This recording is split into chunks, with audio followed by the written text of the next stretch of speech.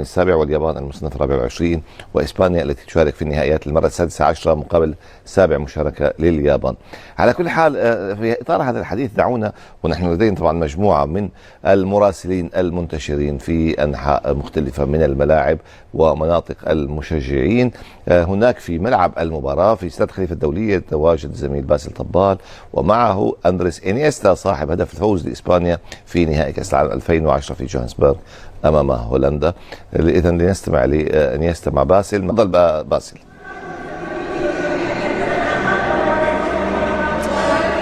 مساء الخير لك أيمن، مساء الخير للجميع. أرحب معنا اليوم بأندريس إنيستا بطل العالم في عام 2010 وصاحب الهدف الفوز في هذه المباراة النهائية في مواجهة هولندا. أندريس، muy buenas tardes, gracias de estar con nosotros. أندريس، مساء الخير وشكرا جزيلا على قبول الدعوة هنا في كأس العالم في قطر.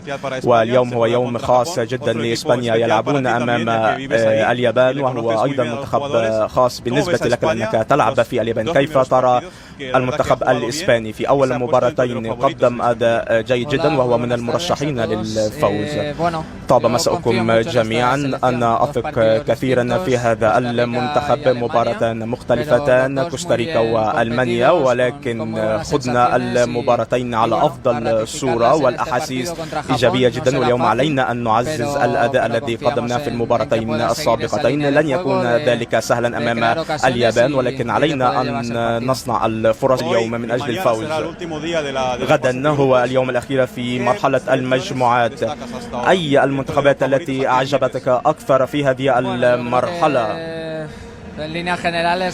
بشكل عام ربما ما كنا نتوقعه: منتخب الأرجنتين، المنتخب الهولندي، البرازيل، فرنسا، إنجلترا. كل هذه المنتخبات هي منتخبات قوية جدا. واليوم أيضا المغرب، منتخب المغرب والذي قدم أداء كبيرا جدا وتأهل إلى ثمن النهائي. وكما أسلفت في البداية، كل مباراة يجب أن تقدم كل ما لديك.